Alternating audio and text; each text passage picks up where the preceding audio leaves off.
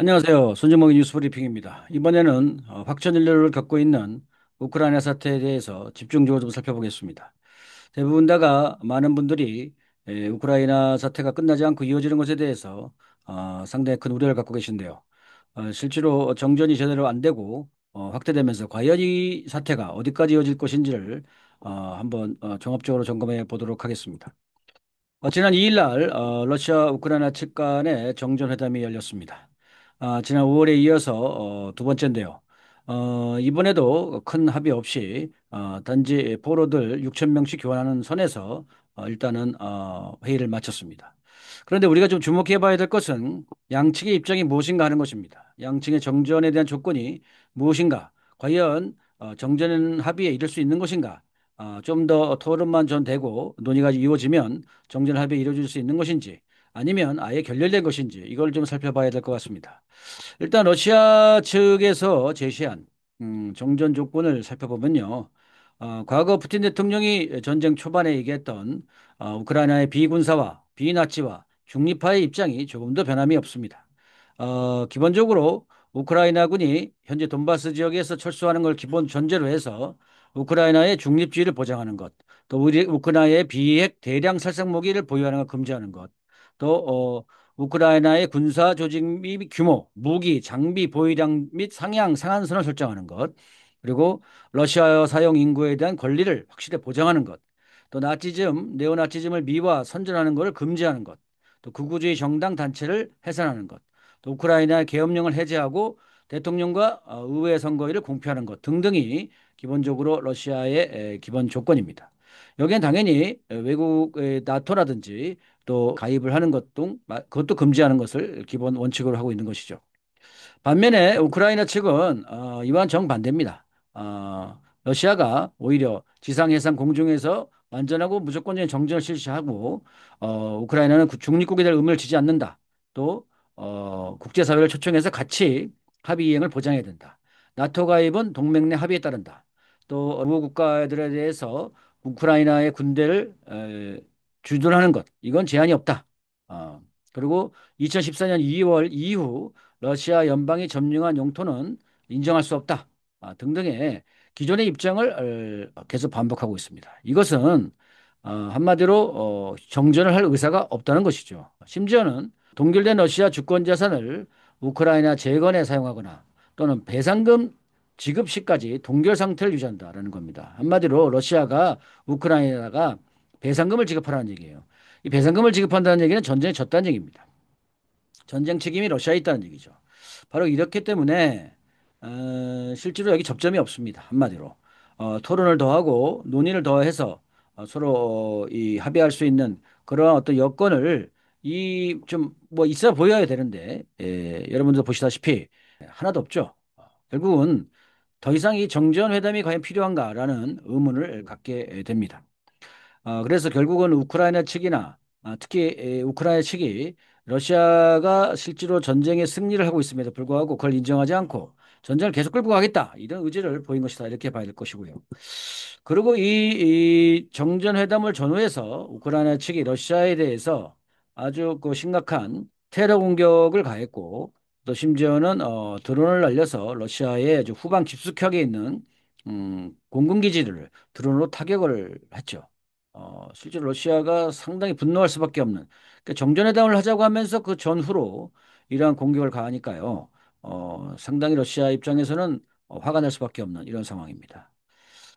지난 5월 말에 브리안스크 지역에 있는 열차를 다리를 폭파해가지고 열차를 탈선시켜서 7명의 민간인이 사망하고 75명인가 민간인이 부상을 입었습니다. 이건 명확한 테러 공격이죠. 아울러서 6월 1일에는, 그러니까 회담이 6월 2일이었는데 하루 전날에는 후방에 들어가서 목재로 되어 있는 트럭에 있는 드론을 날려가지고 러시아 공군기지 네 곳을 타격했습니다. 또 6월 4일에는 크림대교 밑에 이 교각을 수중 드론을 날려가지고 파괴했는데요. 러시아, 이 우크라이나 측은 처음에는 이게 그렇게 함으로 인해서 크림대교가 파괴됐다 이렇게 뭐 허위 광고를 했는데 실제로는 약간의 상처만 났고 기스만 좀 나고 교각은 멀쩡했습니다. 어쨌든 이러한 테러 내지 이러한 어떤 기습 공격을 감으로 인해서 실제로 정전 의사가 조금도 없다라는 것을 우크라이나 측은 다시 보여줬고요. 전쟁을 계속하자 이런 의지를 보여준 것이죠. 열차가 파괴됐을 때 러시아 측은 결국은 우크라이나가 테러리스트의 본거지가 되었다라고 규정을 하게 됩니다. 이 의미는 되게 중요하죠. 어쨌든 하나의 국가로서 정상적인 전쟁 행위를 하는 것이 아니고 테러리즘 같은 그런 방법을 통해서 상대국을 괴롭히는 민간인을 공격하는 이런 못된 짓을 하는 것에 대해서 강력하게 러시아는 분노를 했습니다. 결국은 지난 5월 달에 푸틴 대통령이 이러한 이 우크라이나 측의 공격에 대응해서 이런 비무장지대 같은 그러한 광범위한 안전지대를 만들자라는 제안이 아마 향후 우크라이나 전쟁 판도를 결정짓는 핵심적인 수단이 아닌가 이런 생각이 듭니다. 어쨌든 우크라이나 후방 공군기지를 드론으로 공격했는데요. 젤렌스키 말대로 따르면 1년 6개월, 7일 이렇게 걸렸다고 합니다. 저쪽 동쪽에 이르쿠츠크, 또뭐 이버노프, 무르만스크, 리아잔 등등에 있는 러시아 공군기지에 이런 드론을 날려가지고 기습 공격을 가해서 전폭기를 파괴했다는 것인데요. 우크라이나는 41대를 파괴했다고 주장합니다. 근데 실제로는 한 8대 정도가 파괴된 것으로 보이는데요. 이 한국의 언론들은 또 여기에 달라붙어 가지고 뭐 러시아 전역이 박살났다. 러시아 핵전력이 붕괴됐다. 뭐 러시아가 전쟁 이후 최대 손실을 해서 완전히 푸틴이 핵펀치가 날아갔다는 등등 마치 러시아가 커다랗게 패배하는 것처럼 그리고 러시아의 전역이 뭐 커다란 혼란이 일어난 것처럼 이렇게 보도를 했습니다. 이 한국 언론들이 이렇게까지 여전히 우크라이나 사태를 왜곡해서 이렇게 보도하면 안 됩니다. 이게 정말 못된 짓인데요. 이 조금만 들여다보면 그렇지 않다는 것을 얼마든지 알 수 있고 저 같은 개인도 이런 거를 충분히 파악할 수 있는데 왜 소위 그 굴지의 언론사라는 자들이 조금도 조사해 보지 않고 이따위 그런 허위 뉴스들을 마구마구 계속적으로 뭐 3년 넘게 계속 이렇게 퍼뜨리고 있어요. 그러다 보니까 여전히 이 한국에 있는 많은 시민들 또 소위 지식인들조차도 여전히 이게 러시아가 나쁘고 러시아가 문제가 많고 우크라이나 옳다는 식으로 우크라이나 나치 정권을 계속 비호하는 이런 듯한 태도를 취하고 있습니다. 이런 가짜 뉴스들을 퍼뜨리면은요 나중에 벌 받습니다. 예. 어쨌든 기본적으로 푸틴 대통령은 이런 키예프 정권을 테러 조직으로 규정하게 됩니다. 이 테러를 규정한다면 어떤 뜻인가요?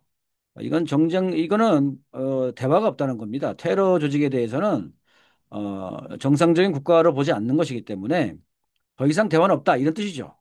누가 테러리스트와 협상하는가 이렇게 푸틴 대통령이 얘기했듯이 앞으로 추후에 우크라이나하고는 또 젤렌스키하고는 더욱더 만날 일이 없다 이런 얘기를 하는 거고요. 결국은 이게 힘으로 평정하겠다라는 것을 푸틴 대통령이 강하게 내세운 그러한 상황까지 이르게 되었습니다. 젤렌스키가 이런 참 어리석은 짓을 하는 것에 대해서 상당히 참 의아한데요. 어쨌든 지금 현재 젤렌스키는 유럽, 특히 서유럽, 독일, 영국, 프랑스 쪽에 지지와 지원을 받아서 그들의 자금 지원과 무기 지원을 가지고서 또 그쪽에 있는 나토군이 들어와서 어쨌든 러시아를 상대하면 이길 수 있다. 또는 전쟁을 계속 끌 수 있다. 또는 자신의 정권을 계속 유지할 수 있다. 등등 이런 생각을 하는 것 같아요. 네타냐하고 비슷합니다. 어쨌든 전쟁을 멈추면 진이 죽는다라는 생각이 있기 때문에 아무튼 전쟁을 끊임없이 계속하려고 하는 이런 의지를 보여주고 있고요. 서유럽 역시도 여기서 전쟁을 멈추면 자신들 정권이 위태롭다. 왜? 전쟁에 패배한 거니까. 그리고 패배한 결과 막대한 부채와 그리고 엄청난 손실을 봤기 때문에 정권을 유지하기가 상당히 어렵다는 그런 여러 가지 요인 때문에 에, 실제로 계속 전쟁을 하려는 것 같습니다. 어쨌든 그런 과정에서 6월 4일 날 트럼프 대통령하고 푸틴 대통령이 75분에 걸친 장시간 토론을 했는데요. 이 과정에서 핵심은 두 가지입니다. 하나는 더 이상 미국이 우크라이나에 대한 어떤 중재 협상을 추진하는 것을 안 하겠다라는 의미가 하나 있는 것 같고요. 그래서 또 한 가지는 현재 교착 상태에 빠진 미국과 이란과의 회담에서 이란과의 회담에 러시아가 참여를 해서 그래서 어쨌든 합의를 이룰 수 있게끔 도운다라는 서로 간에 있어서의 지정학적 교환을 했다라는 이런 보도가 나오고 있습니다. 되게 중요하죠. 그러니까 이란이 지금 현재 우라늄 농축 중단은 절대 받아들일 수 없다는 주장을 하고 있는 거고 트럼프 측은 우라늄 농축 중단을 해라라는 요구를 하는 것인데요. 이 양자 사이에서 지난 5차 회담까지 가서 결렬된 상태인데 이것을 지금 러시아가 중개해서 다시 회담 합의를 끌어내는 역할을 해달라는 것이고요. 그러면서 미국 쪽에서는 우크라이나 트랙에서 내린다 이라는 합의를 한 것 같습니다. 대단히 중요한 합의죠. 결국 그 결과 현재 미국은 더 이상 우크라이나에 대한 지원을 하지 않겠다라는 입장을 보여주는 것 같습니다. 우크라이나는 더 이상 동맹국이 아니다라는 블랙 메시지를 보냈다는 것이고요. 그리고 미국이 제렌스키가 말도 듣지 않고 그렇게 정전을 하라고 그렇게 요구했는데도 불구하고 끝없이 말 안 듣고 지멋대로 자신의 이해와 요구에 따라서 그렇게 끊임없이 전쟁을 계속하는 것에 대해서 더 이상 용서하지 않겠다. 이런 얘기가 지금 나오고 있습니다. 그래서 미국이 젤렌스키를 제거하기 위한 작업을 시작했다라는 보도도 나오고 있습니다. 현재 젤렌스키의 측근이라고 할 수 있는 레오니드 민드치가 구금이 됐습니다. 구금이 돼서 이자가 실제로 젤렌스키의 모든 뒷거래들을 많이 알고 있다고 하는데요. 어쨌든 이런 걸 명분으로 해서 미국은 젤렌스키를 제거하려고 한다라는 그러한 보도도 지금 나오고 있죠. 마찬가지로 러시아는 강력한 공격이 시작되었습니다. 러시아의 강력한 공격이 6월 6일자 이 프라브다지를 보게 되면 알려지지 않는 로켓에 의한 끔찍한 공격이 우크라이나 전역에서 시작되었고 그리고 키예프가 불타고 있다 해서 키예프 수도에까지 강력한 공격이 이루어지고 있는 것을 알 수가 있습니다. 사실 5월부터 이런 전세에 있어서의 그런 그 러시아 측의 공세가 강화된 것을 알 수 있는데요. 어쨌든 이 중부 전선 일대, 파브로브스크 일대에서 우크라 병력이 절대 부족하고 실제 쿠르스크 지역에 들어갔던 병력이 고갈됐죠. 고갈되고 그러면서 이때 있던 돈바스 일대에 퍼져 있던 우크라이나 병력이 절대 부족하면서 요즘에는 이 드론으로 공격을 하다가 러시아군이 진입하면 바로 도망가 버리는.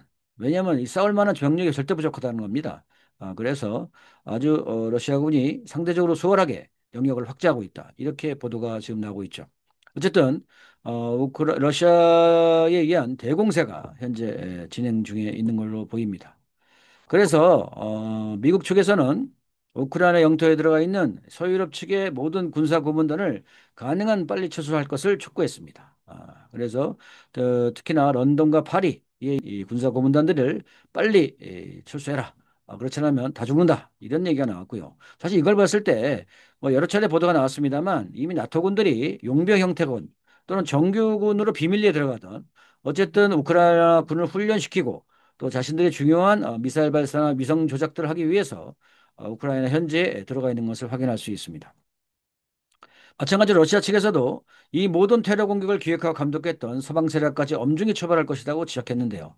실제로 이번에 드론 공격 러시아 측 후방에서의 드론 공격을 하기 위해서는 영국의 MI6와 CIA가 도움을 줬다 이런 얘기가 나오죠.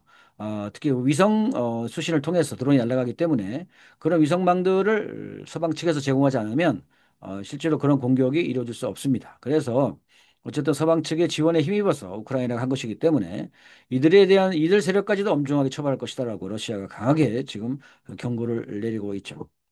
사실 우리가 좀 주목해 봐야 될 것은 서유럽 중에서도 독일입니다. 이 메르츠 수상은 그 할아버지부터가 나치 출신인데요. 음, 이 사람이 실제로 타우루스 약 2,500km까지 날아갑니다. 이 2,500까지 장거리 미사일, 2,500까지 날아가는 타우루스 미사일을 러시아 본토 공격에 사용할 것을 제한 없이 사용하겠다. 이렇게까지 지금 얘기를 한 바가 있죠. 지난 5월 달에. 그리고 이미 어떤 그 블로거들은 이미 타우루스 미사일이 우크라이나 영토에 들어와 있다. 이런 얘기를 합니다. 그러면서 러시아 라브로프 외무장관은 독일이 사실상 러시아와 직접 전쟁을 벌이려고 하고 있다. 이런 강력한 경고가 지금 나오고 있죠. 만약에 타우루스 미사일을 이용을 해서 러시아 본토를 공격한다면 러시아가 직접 독일을 공격하는 한마디로 뭐 그야말로 그렇게 되면 세계 대전이 되는 것입니다. 음.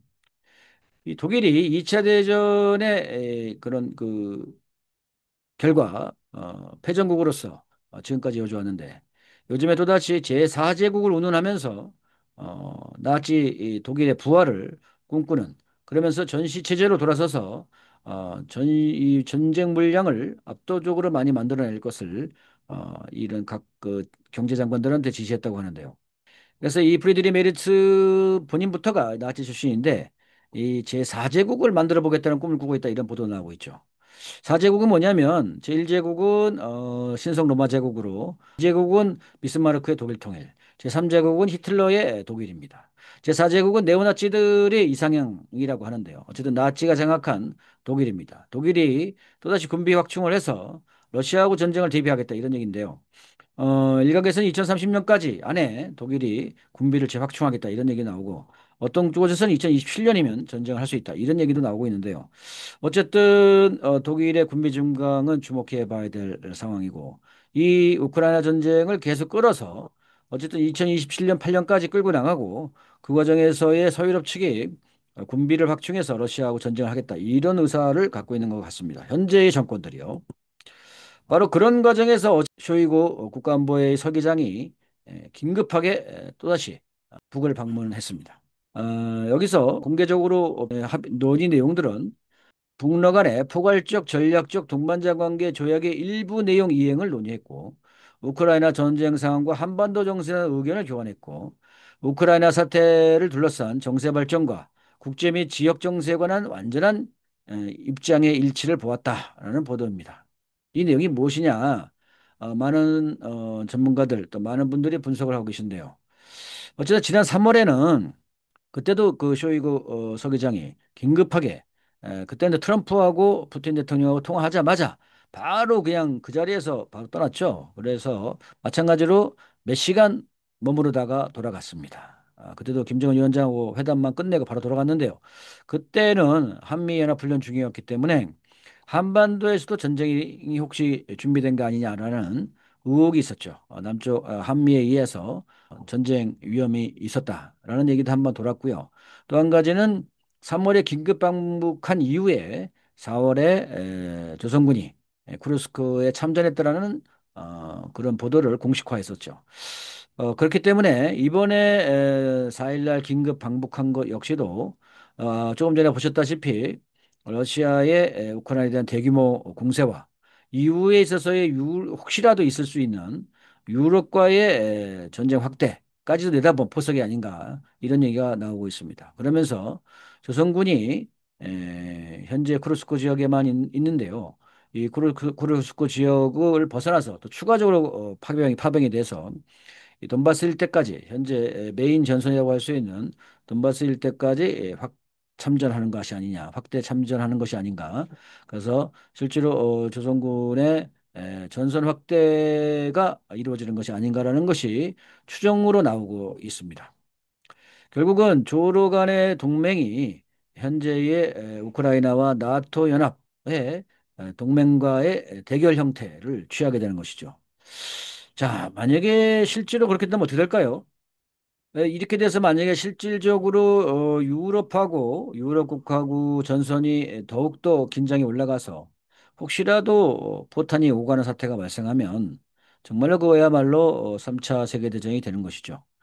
어, 이렇기 때문에 만약에 북이 병력이 더 확대돼서 만약에 전선으로 추가 배치된다면 오히려 유럽 쪽이 현재 아무리 봐도 열세이기 때문에 전쟁 확대가 억제될 수 있는 것이 아닌가 이런 생각도 해봅니다. 그래서 어쨌든 뭐 이게 아직 좀 더 확인해 보려면 조금 더 시간이 걸리겠죠. 어쨌든 이번에 긴급 방북은 러시아의 전략적 입장과 전술적 방침에 대해서 조선과 어쨌든 긴밀하게 협의를 했다라는 것이고요. 그 내용을 합의했다라는 것이니까요. 조금 더 지켜봐야 될 것 같습니다. 어쨌든 기본은 이제 러시아가 더 이상 대화는 없이 적극적으로 전선을 확대해서 힘으로 끝내려고 하는 이런 모습을 보이고 있다. 이건 확실한 것 같습니다.